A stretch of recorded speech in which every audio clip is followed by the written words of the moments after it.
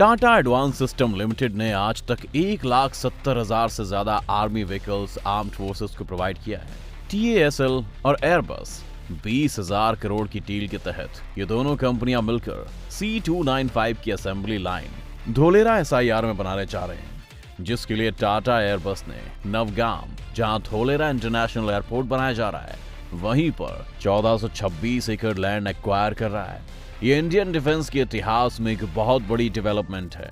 France में निर्मित C295 Boeing C-17 global master की तरह ही मिलिट्री ट्रांसपोर्ट विमान है।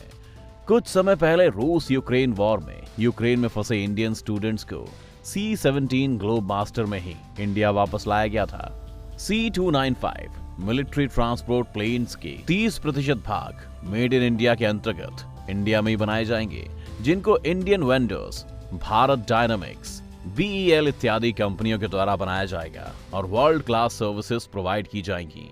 टाटा के CEO सुकरण सिंह ने आत्मनिर्भर भारत के अंदर इस डील को एक बिग मोमेंट का दर्जा दिया है। उन्होंने बताया कि कुछ साल के बाद एक बार डिफेंस की रिक्वायरमेंट पूरी हो जाने पर यह विमान हिंदुस्तान के बाहर भी एक्सपोर्ट किया जा सकेगा।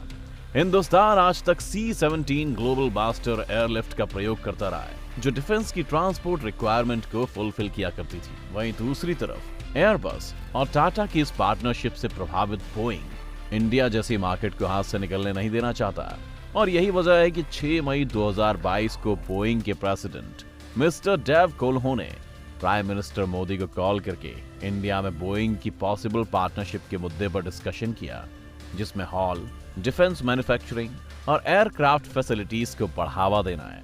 धोलेरा के ऐसे ही अपडेट्स के लिए tune to our channel and be updated.